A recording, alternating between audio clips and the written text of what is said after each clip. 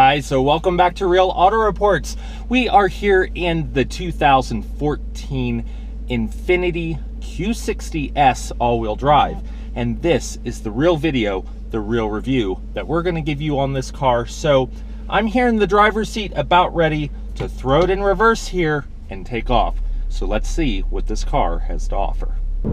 All right, so here we are in the Q60S all-wheel drive, and you know, this is an interesting car because it's a car that its four-door cousin, you know, same model number and family basically, but not the coupe, the Q50 and 60, was completely redesigned with the all-new body, and it is a spectacular looking car from Infiniti.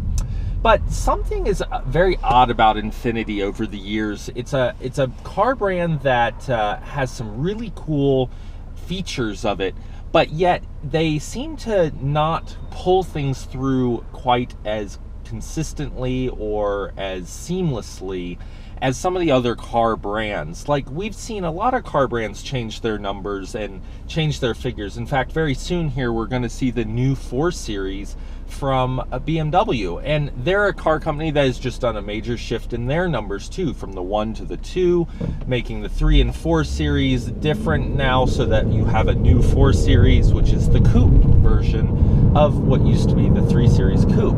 So what you have here in the Q60 is a little odd because the sedan and the coupe really don't represent each other anymore. The new Q50, Q60 sedan is a radically different design than this coupe. And this coupe really pretty much looks like the previous generation G37 Coupe, and this would have been the S model as well in that older model notation. So what you have is this kind of interesting juxtaposition where you have a new sedan but not a new coupe.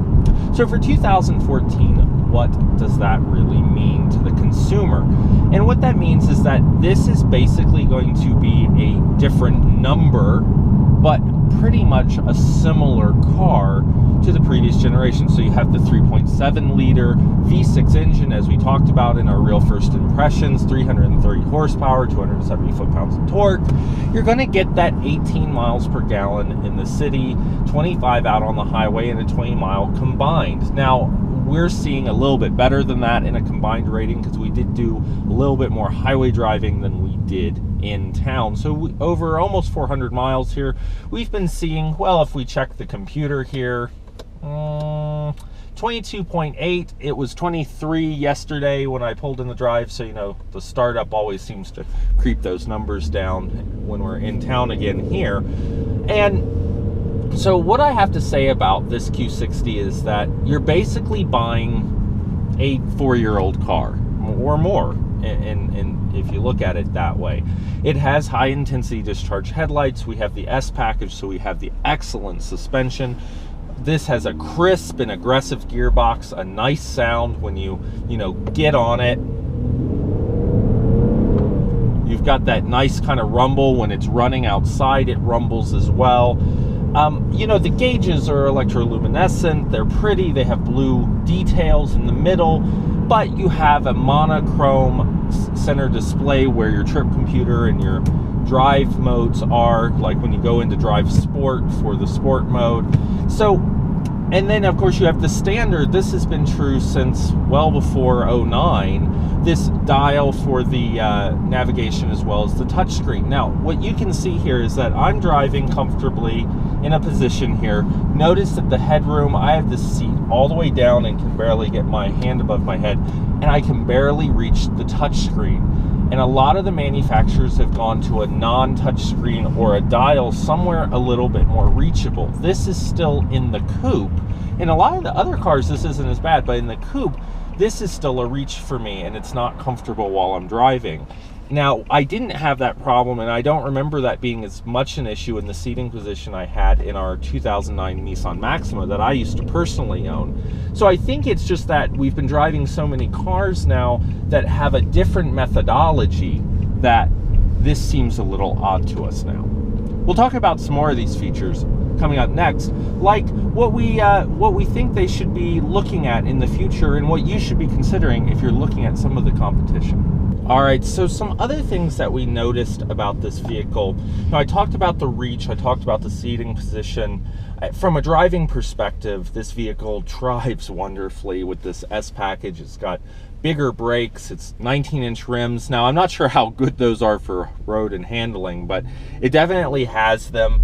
It's got, you know, a really nice performance, kind of a muscly sense to it with the sound that it makes. And that's something that I remember when my friend was looking at test driving the G37 Coupes a few years ago, very similar car, obviously, that this vehicle it reminds me of that, because you have the 3.7 liter V6. When we test drove it, they showed us, they were like, see, when you step on it, you know, you get that nice noise. Now, the thing that I wanted to point out, though, is that you saw what happened. I'm in regular drive mode. We do have all-wheel drive, and that was quite a lag from 40 to get a downshift and to get going. And I think that's what I've noticed about the car in driving it for as many miles as we have, is that there's definitely a delay in the acceleration and the kick down and all of that. Now, if you click it over into S mode, you're going to get a much crisper, much faster downshift, but it's you know, you don't always want to have to drive in the S mode, because if you're driving in the S mode, you're getting less fuel economy. It's keeping it in a different gear. You know, it's keeping it in, like, say, third instead of fourth, when it would normally upshift to fourth.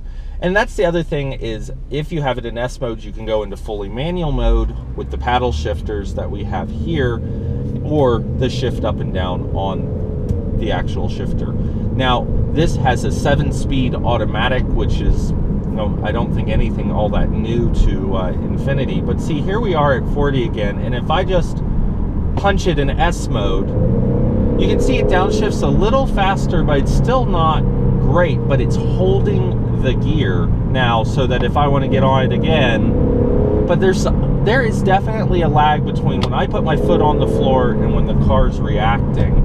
And that's something that I find a shade annoying with this car, is that it doesn't seem to be, the throttle response doesn't seem to be as instantaneous as I would like for something that's got this performance bent. The other thing is that it's interesting in the all-wheel drive, and for such a small coupe, I mean, we only have 7.4 cubic feet of cargo capacity in this car, and I'm just like, wow. This is a small trunk, and you know, as we show the picture here of the trunk, notice how narrow it is. You're going to have trouble getting anything too big or thick into this trunk.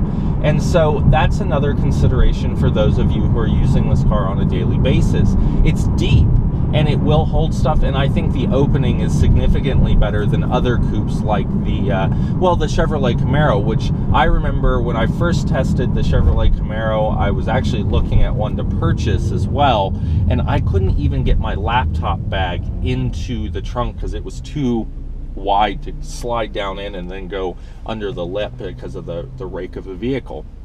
Those are the things you want to consider as you look at a coupe, because coupes are going to be personal cars. You're not going to be, I mean, I could talk about the back seat, but it's really a non-issue in this car. It's there in case you need it. And yes, you can put people in the back seat. I had my 6'2" father in the front here, and of course my mom wanted to get a ride in the car as well, so we put her in the back, 5'2". So that's, you know, if you have 2 5'10" people, you might be able to make it work, right? It's going to be tight, you know, it's not going to be super comfortable. But if you're trying to scare the pants off them by driving fast, you know, maybe it'll work out.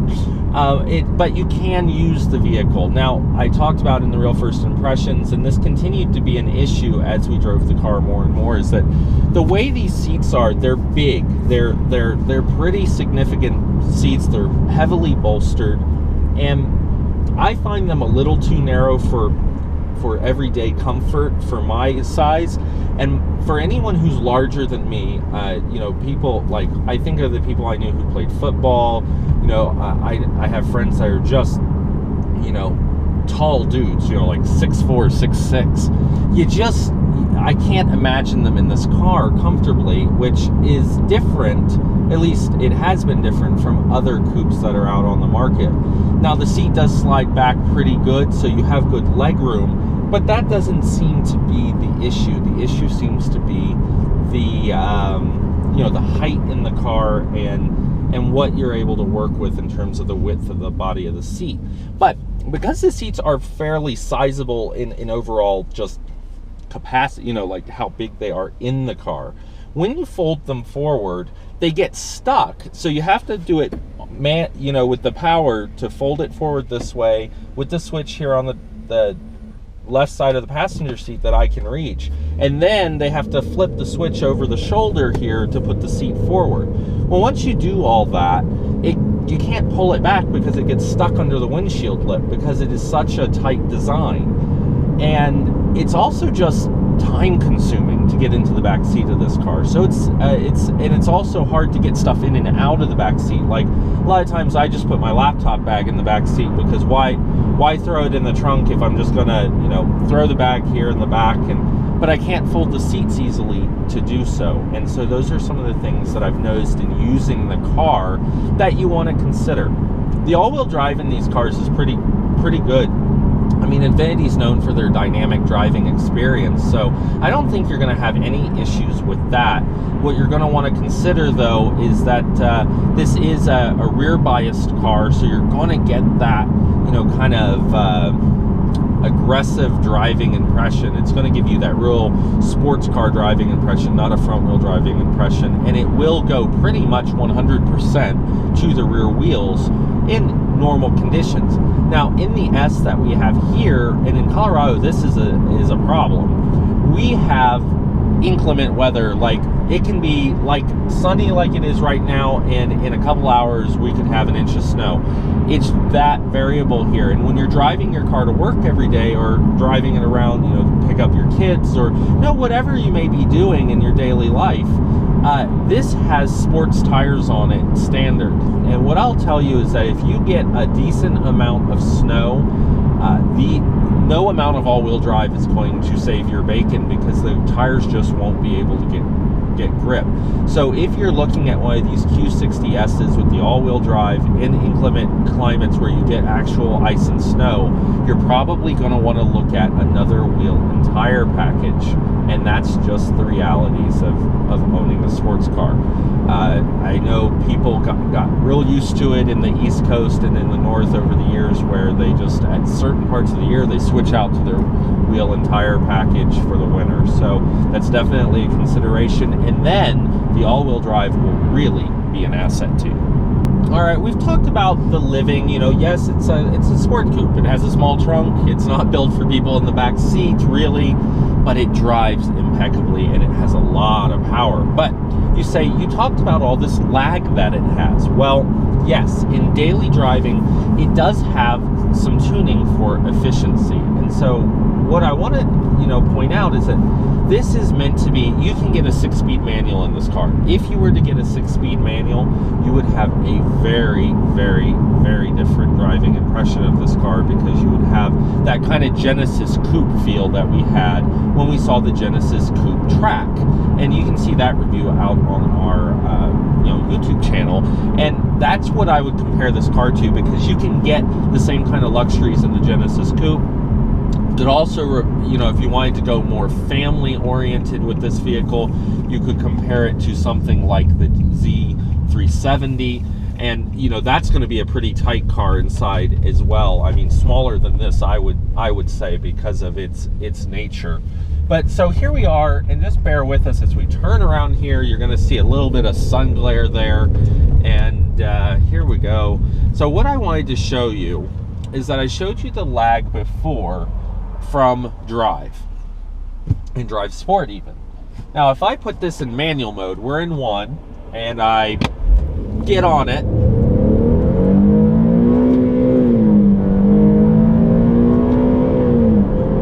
you can see the crisp shifts. I shifted a little late there out of first, and it is a true manual mode. That was the intention here, is to show you. So it'll hit that rev limiter and kind of like, okay, hello, you're not paying attention, because this can be a true SCCA kind of track day car, or go out to the autocross and really give it a go with the 7-speed automatic in this really pretty incredible for a V6 of this size, almost 7,500 RPM redline. And so now we're traveling, you know, here we are. I'm going to kind of ease down back under the speed limit. So here we are at 50. And if I'm driving along, I shift it over, it puts me in drive sport, I downshift into fourth, and then I'm like, well, I really want to come down paddle shifters. See, much more responsive car. So I just wanted to show you all the different personalities of this vehicle. And you can see it's got the rev matching downshift. That's another important part of that sport mode, is that rev matching downshift. So I wanted to show you all those things to be fair to Infiniti, because this, from a performance perspective and a sport coupe driving perspective, if you're a real sport driving enthusiast but you don't want the manual, that manual mode will be a pretty fun feature for you when you do feel like getting out there and really ripping up the pavement. And so I like this car. I think it's a little sad that they haven't redesigned it. But all in all, if you wanted a car today and you were comparing the competition, of course you would look at the Genesis Coupe, I believe. I think you'd also look at something like the BMW selection with the 4 Series Coupe. I think you'd also look at something like, well, I mean, if you were really of a mind to go high end, you could start to look up at the the Audis too. You know, you've got your S5 that you could look at. That's a bigger car than this and a lot more flexible, but it is a much bigger car, you know, in sense. But it's a lovely car. You could also, you know, see your way to the 370Z, like I said, especially a Nismo edition if you really wanted a high performance one. And that would be pretty cool in keeping it in the Nissan Infiniti family. So we'll have the wrap up coming for you next. All right, so that's the real video, the real review on this 2014 Infiniti Q60S all-wheel drive. So all in all, it is a great Infiniti with a great sound. It's a decent price at just over $52,000, and you'll probably get a better deal on one at a dealer. So make sure you go check this vehicle out and see if you like it. It does have the classic clock, so it's got to be a pretty cool luxury car, right? So we will see you down the road. I'm Jonathan McGrew. This is Real Auto Reports right here from Real Auto Ranch inside of this 2014 Infiniti Q60S all-wheel drive.